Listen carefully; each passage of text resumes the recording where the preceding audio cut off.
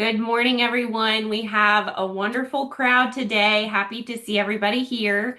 I am Shelby Thomas. I'm the Communications and Engagement Specialist with Florida Agribility, and I am here to welcome you to Florida Agribility's third quarterly webinar of the year, targeting youth populations in ag programming.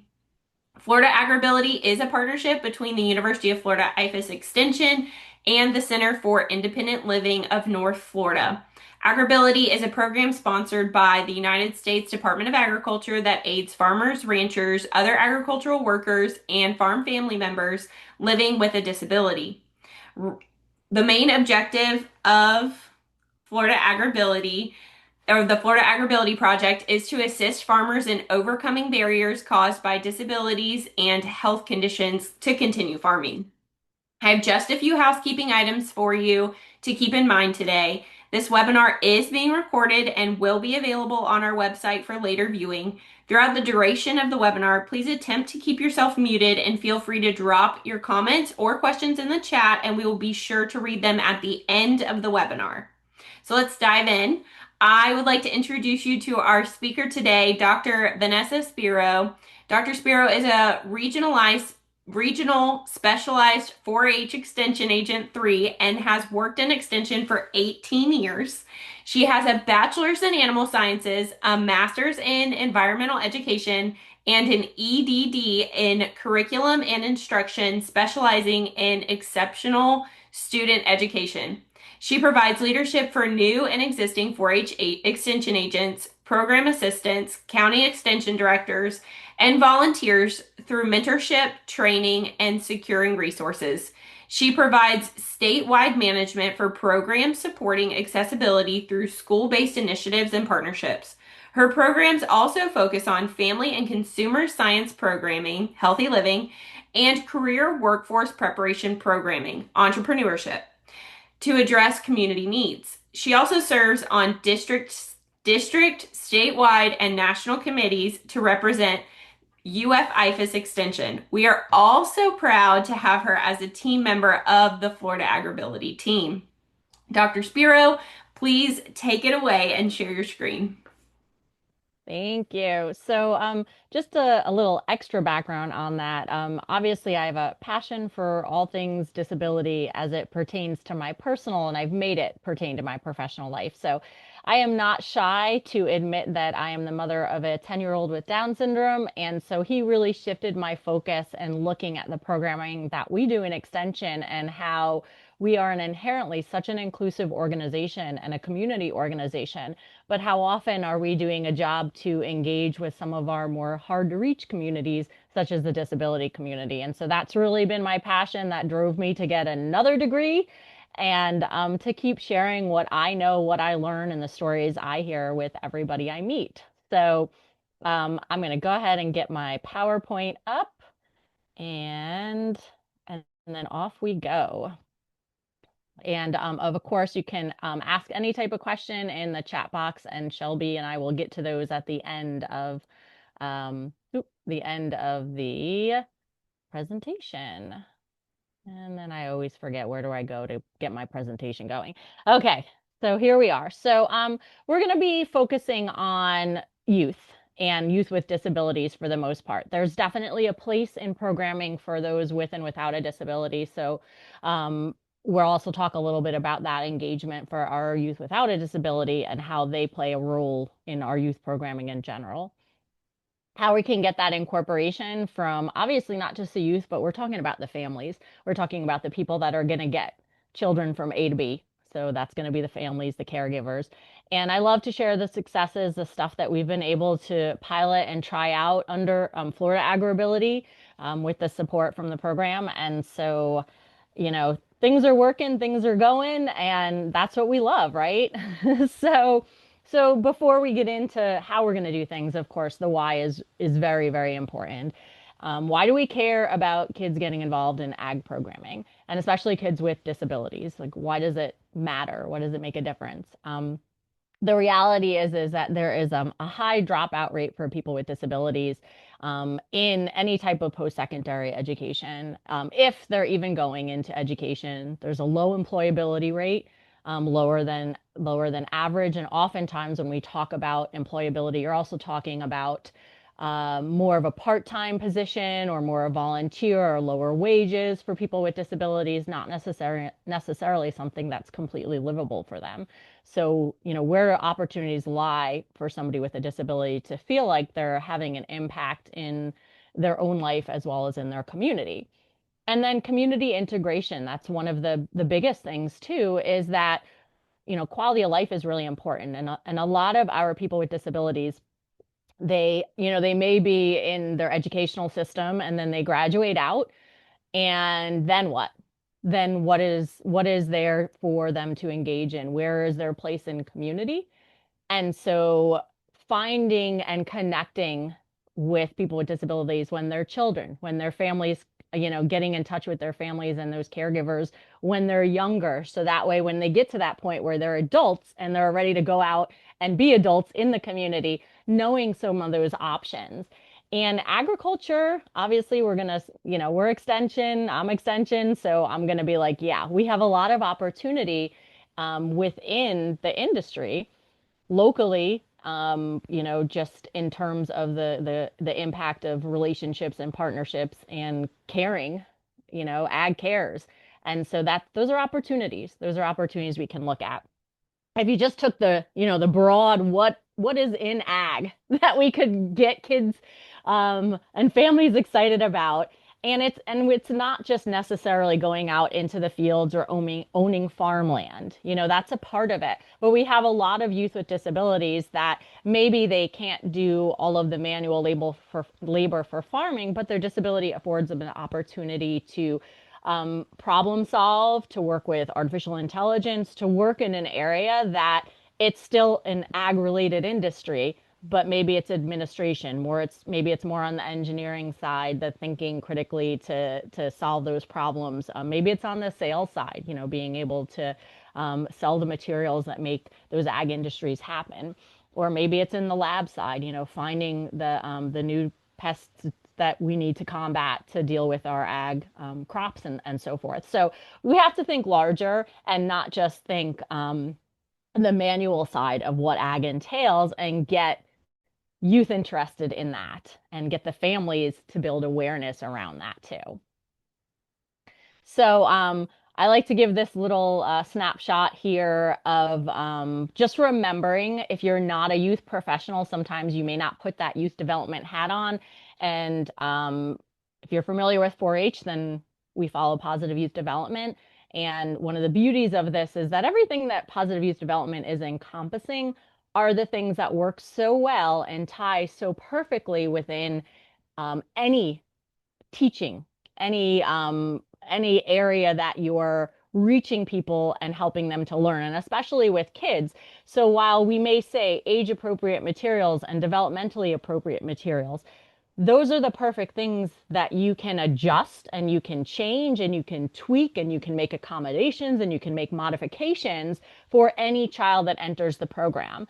So traditionally, if you know 4-H, it's 5 to 18 years old in Florida. And so that means that if we have somebody that comes in with a disability who maybe their chronological age is 10, but developmentally, maybe they're more on a 5-year-old level, it's easy enough for us to go ahead and kind of strategically think, okay, this child would work better in this program if I give them some of the more developmentally appropriate and not the chronologically appropriate age materials to get them to participate in our program and feel like they're belonging and they're getting their skill development that works for them on their own timeline. And so that's why inherently following a model such as this, it works great. It works perfect. You don't really have to make these huge adjustments in a lot of what we're doing because it's already following a theory that is asking us to do these things anyway. And so that's why I love 4-H, and I love when we get the participation from youth with disabilities in our program. So how do we do this? How do we get them in? How do we really also think about that intentionally for our program? What are things that we may be doing or we could be doing that's going to get them in the door, that is going to meet their needs and the family? And so this is where we get to dive into my nerdiness too, that there's extra years of education that I decided to embark upon. And I actually did my dissertation was in diverse caregivers and their experiences, diverse caregivers of a child with an intellectual or developmental disability and their experience in out of school time activities. So, really getting some of those stories, some of those experiences, some of those ideas so that I could turn around and say, hey, these are some practices. These are some things, some recommendations that for a direction to go in to target youth with disabilities in programming. And a lot of this was not completely unfamiliar to me as a mom to a child with a disability, but I definitely was interested to know were there things that I was missing because I'm also a professional in the industry. So I wanted to make sure I got that information from others and could incorporate that and share that in a meaningful way. So number one, what was really coming to, if we're going to get kids into our programming, and this is ag specific and non-ag specific at this point, it comes to increasing knowledge.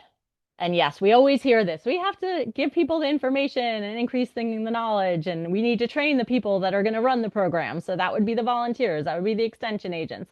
But I'm going to add a couple of twists to what that looks like when we talk about a training program. Also building awareness of disability in the community. So oftentimes we have our stakeholders, we have our clientele, we have the same people that we're constantly going to, but have we gone to the disability community? Have we actually marketed to this hard to reach population?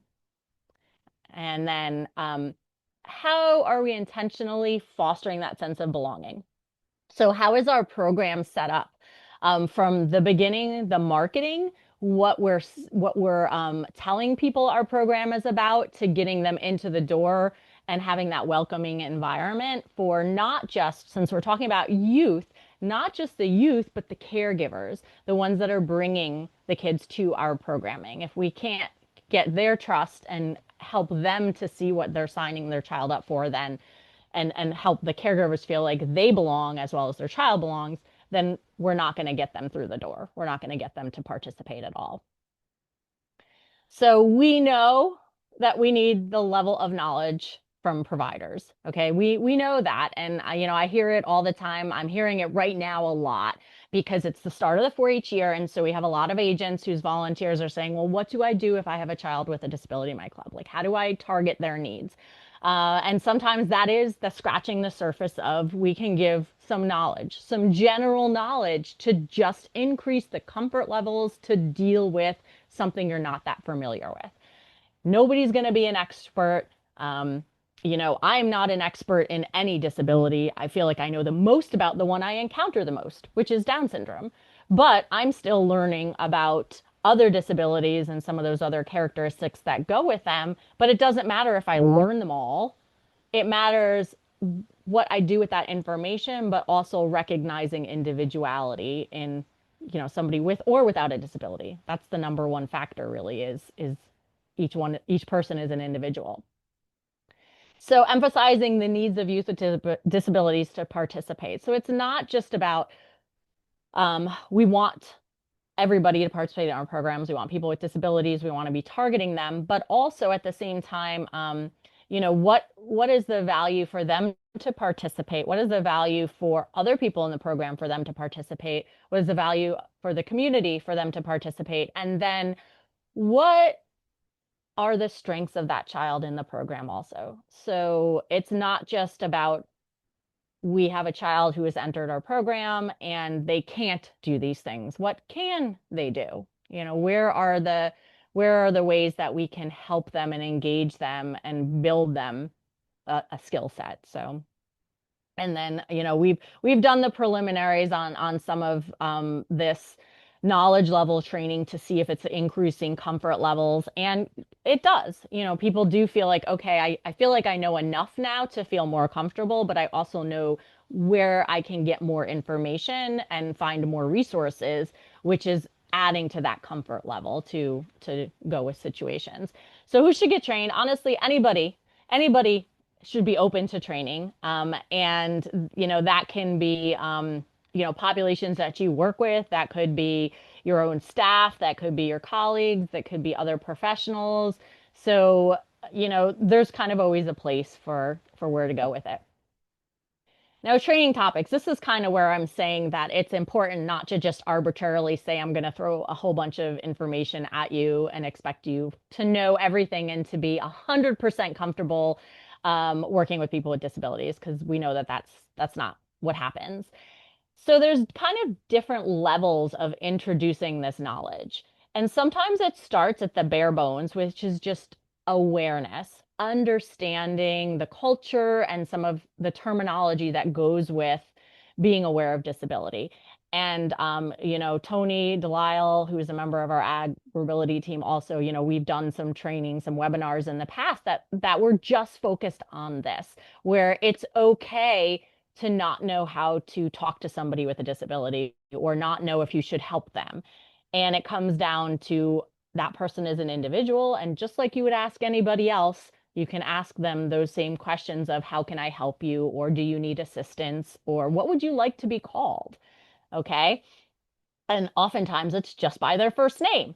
So, getting familiar with that as well as understanding some of the history but behind disability and its very relatively short, kind of growth in awareness. And so, ADA was passed, Americans with Disabilities Act wasn't passed until 1990. It's not that long ago before we started putting ramps on sidewalks.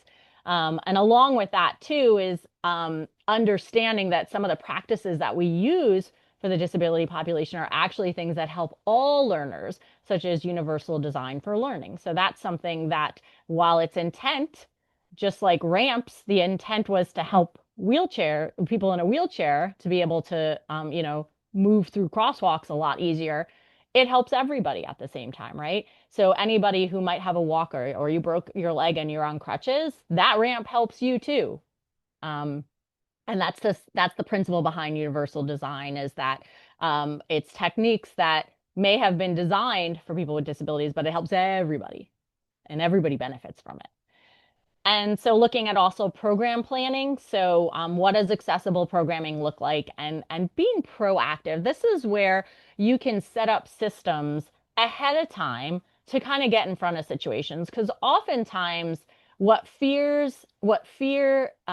lies the strongest, especially in our volunteer population, is that they won't be able to handle behavior, that they won't know how to react in a situation should a child do something because and it might be related to a characteristic of their disability. So, what if we try to proactively determine that something could happen and put things in place so that we don't have to be reactive? We don't have to deal with it in the moment or try to put the band-aid on it right there and then before we have time to address it. And so those are some of the trainings that we also like to focus on is just being more aware of the populations we're working with and getting in front of um, you know, what we can do to address something before we have to clean it up at the end. Um, so I didn't add, and actually, Shelby, I will probably add, there's another fact sheet. I know she's throwing stuff in the chat box on universal design for learning. And so that's also a great place to think about that program planning and the design also. So here's awareness too. So how are we going to even get youth into our programming? Well, we have to be at the places that they're present at, right? So we have to be at youth events, we have to be at agriculture events, and we have to be at disability events. Okay? So a lot of families of a child with a disability, they're going to be hanging out amongst people that get them and know them and share the same challenges that they share.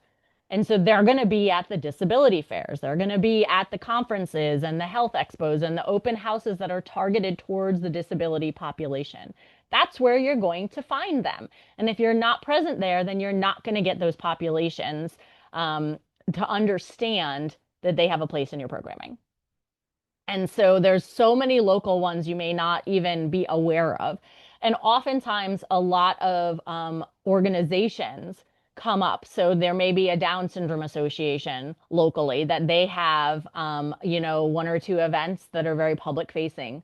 that are open to educators coming in. And so that's where you can build that awareness. Or they may even have a newsletter that you can put your flyer in, as well as there may be events that are tied to the public education system. And so they'll have something called a transition fair. And so that's for the youth that are that are past 18, that are starting to move into that 18 to 22-year range, and they might not have technically graduated from high school yet, but they're starting to transition into adulthood. So those are great opportunities to say, hey, would you like to be a part of our program? And for in Florida, if a child hasn't graduated from high school yet, even if they're over 18, in that 18 to 21-year-old range, they can still be a 4-H'er. Okay, so that's another opportunity for them to still be participating and integrating into the community. So being present at those events is one of the ways to build awareness that your program is open to youth with disabilities. So there's also, when we're thinking about our programming, there's kind of the opportunity to do something disability specific. And um, there's both are winners. Okay. So it doesn't need to be all disability specific. It doesn't need to be all not disability specific, a balance of both.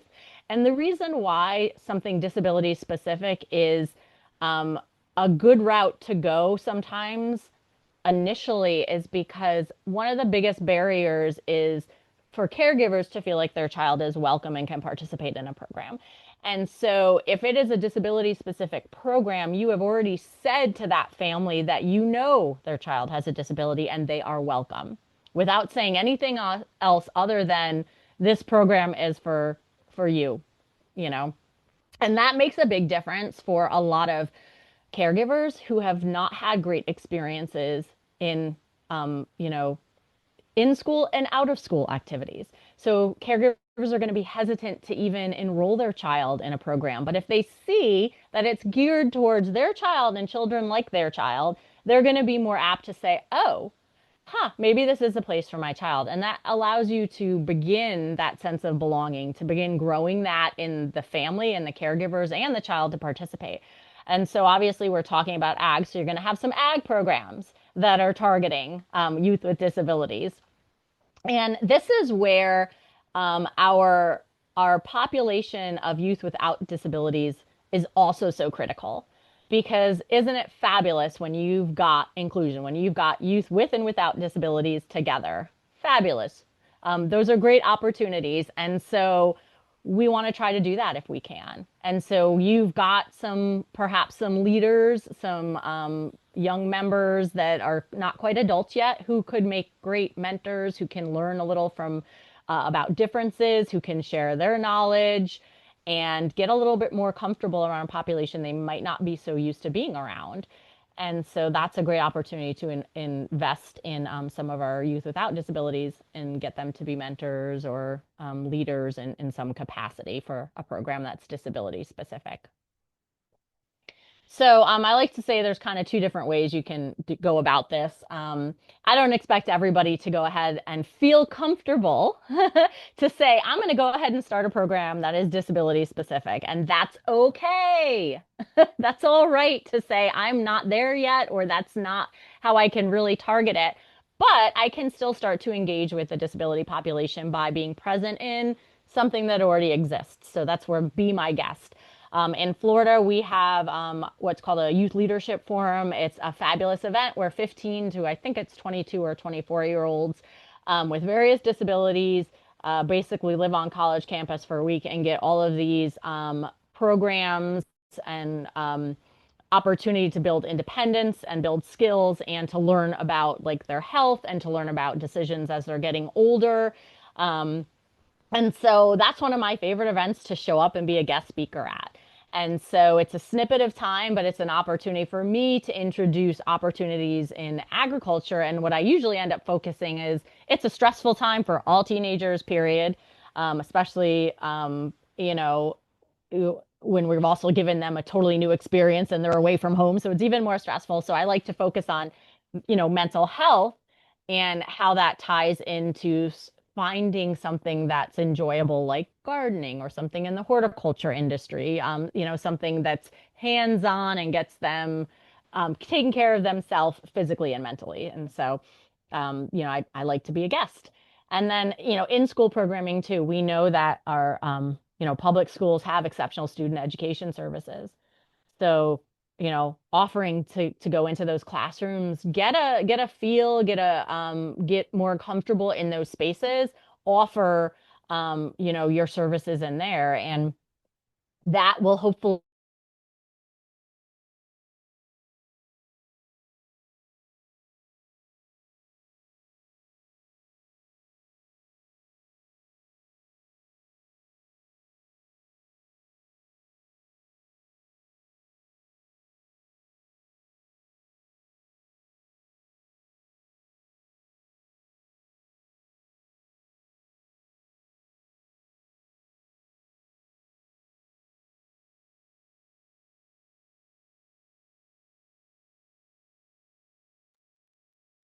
It looks like we lost Vanessa for just a second, but she is coming back on. So let's give her just a minute. Sorry, everybody. I guess the computer was done with my conversation. Seriously? Never been so insulted by technology. I'm sorry about that. So, okay, so let's get back to Chrome current side. There we are. Um, Okay, so being a guest in the school, going into the school. And then the other option is to build your own program. If that's something that you have dedication, passion, you feel comfortable in that realm, there's a couple of different program ideas that we've been kind of throwing around. And so those are the things that we're going to share now. So getting into kind of some of that uh, um, success examples. So I think I really touched on this slide a little bit more, talking about going into the exceptional student education classrooms, but also just being a resource with your agricultural expertise. And so one of the things that recently I'm starting that partnership with is one of our local high schools. Turns out they want a chicken coop, and I should say the ESE program. They want a chicken coop. Well, fabulous. I can help you write a grant to our local Florida Ag in the Classroom and get you a chicken coop on your property. Like, that is easy to do. I know what you need. I know how to help you do that. I can make it happen. And this teacher was floored. She was floored because she didn't even know a grant existed. She didn't know that there was somebody that could help her do this. And help her with resources. So sometimes it's just that liaison. Now, what is my ultimate goal about bringing this chicken coop to this school is to get her kids into 4-H, to get them more immersed, not just on school grounds, but my goal is to eventually get these kids to join the community 4-H clubs, to get them out in the community, to give them more opportunities for that integration and to give them more opportunities beyond chickens in ag. So maybe there are some other clubs and some other areas of interest. Maybe they want to start to branch out to rabbits. Maybe rabbits is something they can eventually raise themselves. And so that's where my mind goes. If I can start, here, I'd like to get the kids like all the way, get them to build that awareness and get them tied into what we do so that they know we exist and their parents know we exist. So there's kind of a couple of different, and I'm sure some of you are familiar with this. Buddy programs are growing, I would say. I feel like I hear about more and more about them. I don't know if one of my colleagues is on this call today, but I know she's from Ohio, and they have like a buddy program at every fair in the state, and that is just fabulous. So what that is local fairs start a, have a whatever species of animal they want to do. I know in Florida we have some sheep ones. I think there might be goat. I don't, whatever species you want to do, doesn't matter.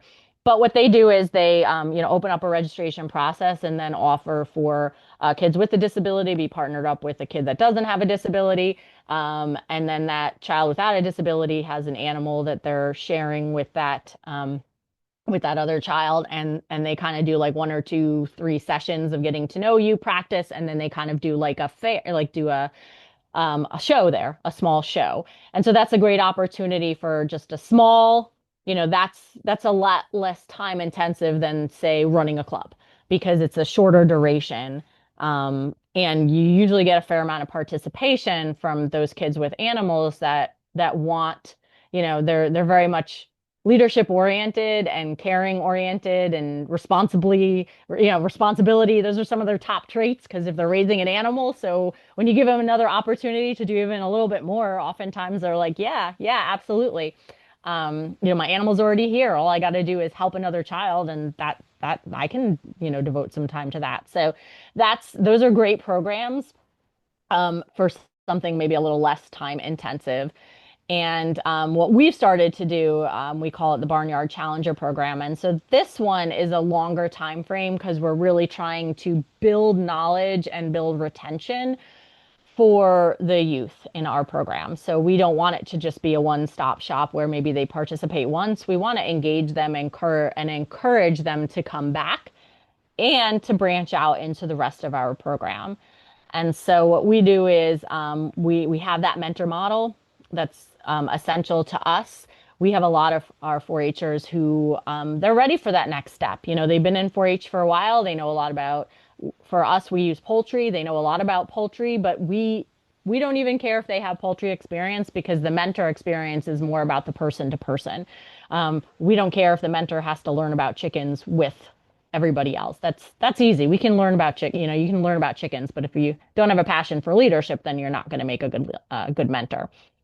Um, but it's offering an opportunity to build awareness for that child without a disability and to give them a new experience and to learn. And we did a pilot program a couple of years ago, and it wasn't ag focused. It was actually soccer. It was a soccer program that we did this with, and we had recruited for teen mentors. And the first day they got to team training, I had asked them, so what made you guys want to volunteer to work with kids with disabilities? And then they said, what?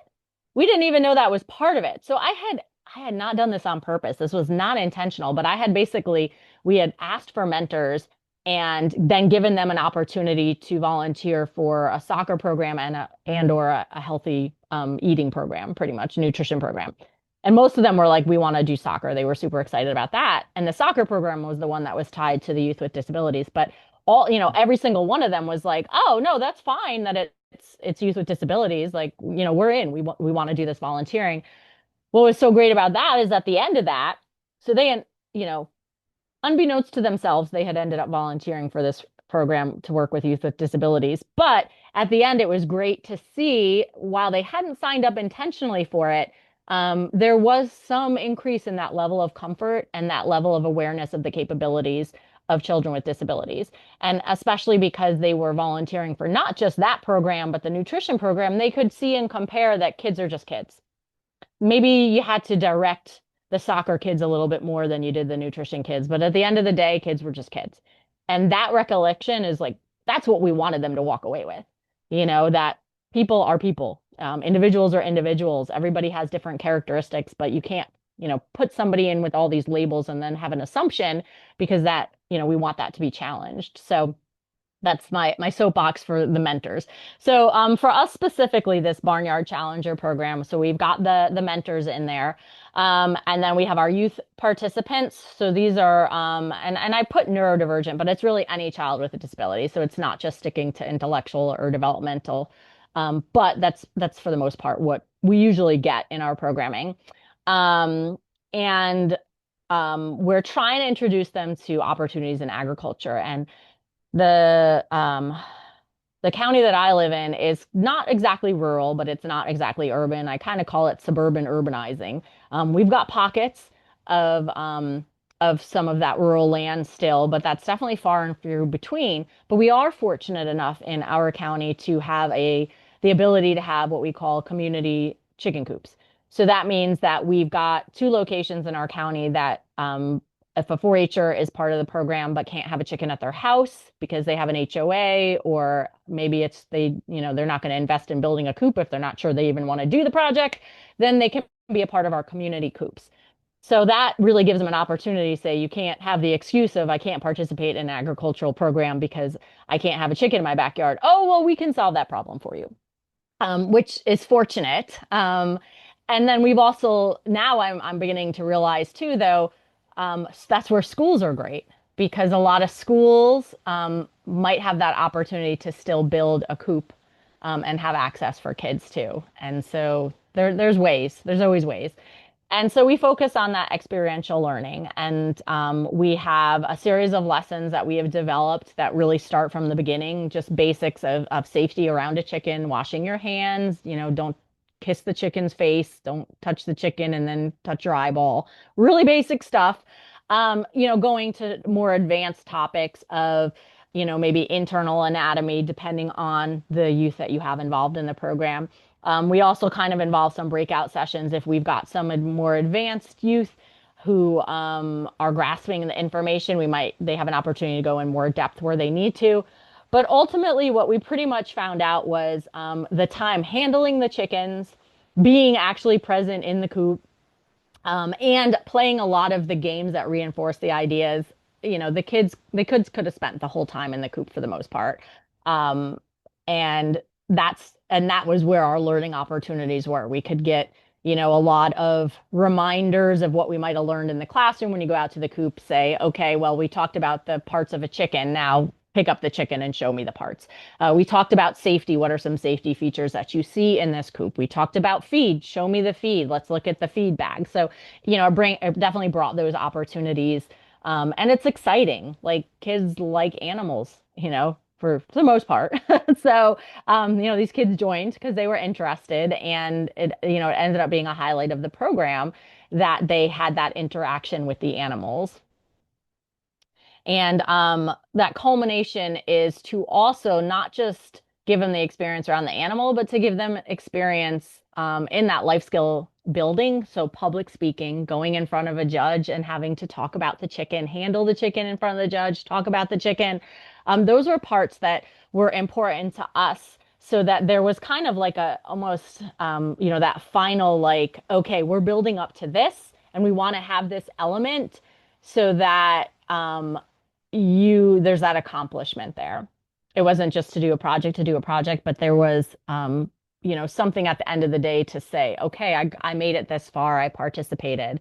And that also was encouraged with some of the other fair competitions, make the chicken poster, take the chicken photo, do all of those things and enter into the other contests to show what you've learned. And so our session format, I'm going to kind of breeze through that a little bit. But we had because I had talked about that a bit. And I'm happy to share this PowerPoint with anybody who chooses to at the end. I can always email it to you. So last year we had two pilot programs in two different counties. In Florida, we had Palm Beach and we had Brevard County. And so we had 6 youth and we had 4 mentors that had participated. All of them went ahead and did that culmination activity at the fair. We saw knowledge gains in that farm animal safety. So learning the safety around being around animals, since that was one of the important parts of what we were doing from the get-go. And then identifying the parts of the chicken. We practiced that a lot just for that showmanship, that going in front of a judge. And, we're seeing the retention. We had a couple of youth that were new to any type of poultry project, and so they're coming back this year to join again. And this year they're going to go ahead and participate in our larger project, which is a market poultry project. So they're going to actually purchase their own chickens this year, put them in our cooperative coop, and then go from there. And that's what we want. We want them to come back. We want them to take the next step. And the next step is now you're responsible for your own chickens. It's now you're responsible to write letters, to solicit donations for the chicken auction, and to write thank you letters. And so that adds that layer, which is ultimately what we want them to do. And then we want them to see this as an opportunity to maybe as an adult, you'll have your own chickens. Maybe you will go into small business entrepreneurship and, sell eggs. And maybe you will branch off to another animal. Maybe this will go on to some other areas that you can, you know, hone an interest in. So, that's kind of what we want. So we changed it up a little bit this year. Last year we kind of did sessions back to back over a shorter period of time. And so this year we are trying kind of more of a traditional club model, which is year round, one time a month. 1 to 2 times a month because we usually have additional coop days. Doing more than one location in the county. Our county is very long, so oftentimes people from the north don't want to go to the south, south don't want to go to the north. Totally understand. It's a lot of driving. So we're trying to make it more feasible. And one of the things that we're doing is one of our locations, they just opened up a new adaptive recreation center. And so we asked, can we host our classes there? So it's kind of a win-win for us and for them to get some more programming in there. Maybe not an area the current workers at that building would feel comfortable doing. I don't think they have too much poultry experience, but we'll come in and we'll talk about chickens, and then we can take them over to one of our coops that is over there. So, that works great. And the one on the left, that's mine. That's my Eli. So, so where does that take us also in other programs, encouraging people with disabilities into our programming? So another area that we were trying to work now with are adults. And we really want to eventually get this program to target our transition students. So those are our kids that are adults at this point. They're 18, but they haven't graduated high school yet. But we really want to start to focus on the opportunities in agriculture for them. And whether that is their own entrepreneur being floral design, maybe that's a goal to be working in a nursery. Maybe that's a goal to learn about using drones. Who knows? So just kind of scratching the surface once again to get them interested and aware of the opportunities in agriculture, because oftentimes people don't know what is out there. And so this is disability specific also. Um, and so we're working on our second iteration of this. It may be this fall, or it might push it back to the spring, because I got to tell you, it is hot in Florida, and I'm not even enjoying this weather as a Floridian. So we're kind of deciding where we're going to go with that. But one of the beautiful things about this program too is, we had participants come in exploring horticulture, and most of them were kind of like, yeah, I don't think this is really for me. But we did succeed in that community integration, where we've now got some new volunteers who are interested in some of our other programs and topic areas. So the gentleman on the right there, he turns out he loves sports. So guess who my new volunteer for our 4-H soccer program is? It would be him. So he might not be doing gardening, but he is now going to be a 4-H volunteer and have that community integration. And that's what we want to do. We want to kind of encourage that as much as possible. So I threw a lot at you, a lot of ideas, and it can be overwhelming to think, where do I start? But that's where you kind of have to address where you are in this adventure. Are you well versed? Are you comfortable? Do you need more information? Do you need more knowledge? Are you working with a population that you want to help to train to get more comfortable?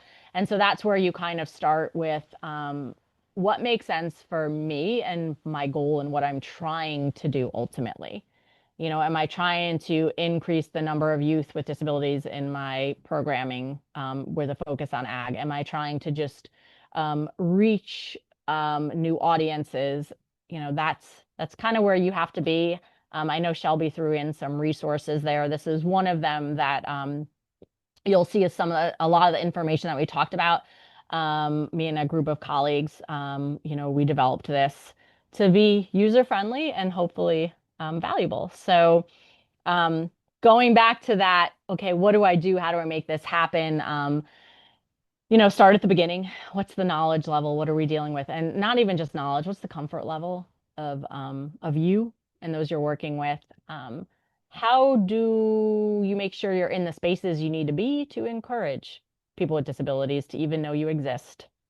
And then what are we doing in our program design? So maybe starting with those disability specific programs, getting people in the door, and then getting them to realize there's more area for them, that they could join any one of your programs. It doesn't matter if it's disability specific, but you've gained their trust and you've given them a sense of belonging. So they're ready to sign up for more. And that's a large part of it. Okay, so I think I know that there's some questions. So I think, Shelby, you probably there's my contact information. I'm sure that'll be in the Dropbox or in the chat box too. Um, And I think we got some questions probably. So I'm going to stop sharing and get ready to answer. Answer away. So thank you so much, Vanessa. If anybody has questions, please drop them in the chat. We don't currently have any questions other than Oh, okay. please can you share the slides with the participants? So Absolutely. yes, with the overwhelming response, we will make sure that we share the slides with you all as well, in a follow-up email. Um, Um, I'm gonna grab that Universal Design for Learning link also and just throw that one in the chat box too. Great. While she's working on that, if anybody has any questions, please drop them in the chat. Okay, there you go. Thanks, Vanessa. We will give you just a minute to do so. We have, Rhonda said, awesome information. Thank you.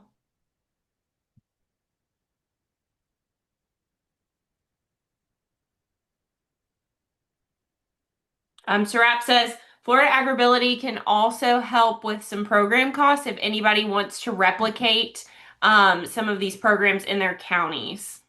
So don't hesitate to reach out to us. I've dropped our website information in the resources above, and there's contact information there. So I've also included Vanessa's contact information.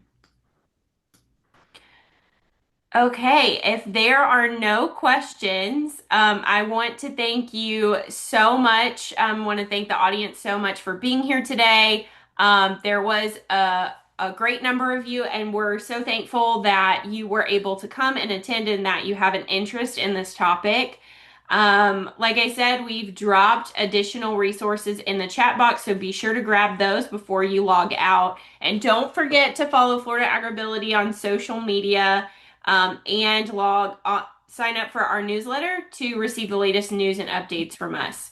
Dr. Spero, thank you again for sharing this very valuable insight and resources with our audience. We're thankful for you spreading awareness and continuously advocating to make agriculture more accessible, especially for these future generations. Thank you all again and have a great day. I see Rhonda. I don't know if you want to hang on for a minute. I just saw your um, is this only relevant for Florida counties? For Florida Agribility, um, yes, these are the programs that we were kind of highlighting for Florida, but I think we're willing to talk about if you're in a different state, how we can assist what we're doing with that other state if they have the agribility program, or even if not, there is, I mean, so far the program cost, it's been more the commitment of time than I would say the cost to run some of these programs. So, Rhonda, are you in Florida or outside of Florida?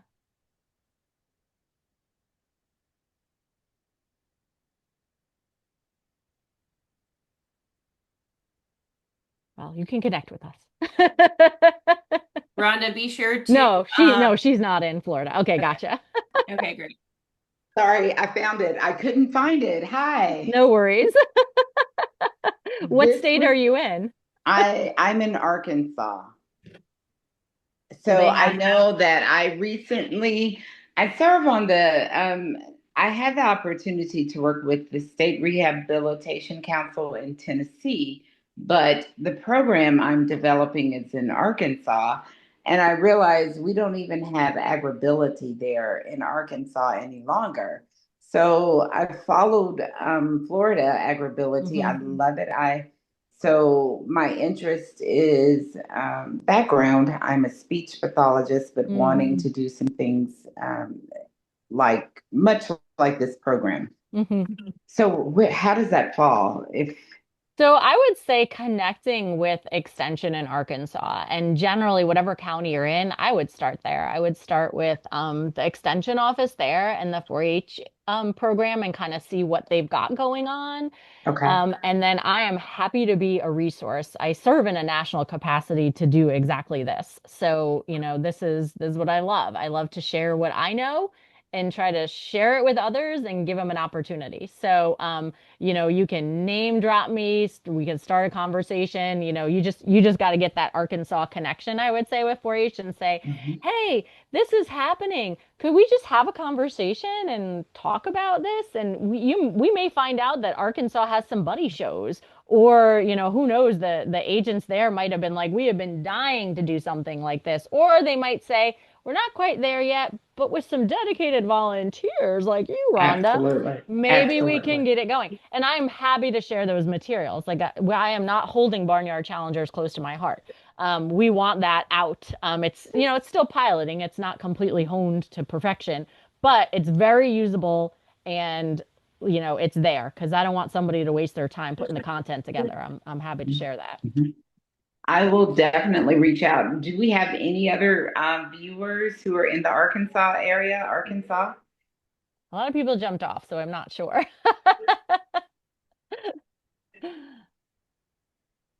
But yeah, just stay in touch, and be happy to do whatever I can. I love to push Thank it. you. Thank you. I definitely will be in touch and I appreciate your time today. Thank you. All right. Bye for now. Bye. Okay, if there are no further questions, we are going to go ahead and hop off. Thank you all again so much for being here today, and be sure to share the recording when it comes out. We will also be sending the slides out to this list of participants. Thanks again, and have a great day.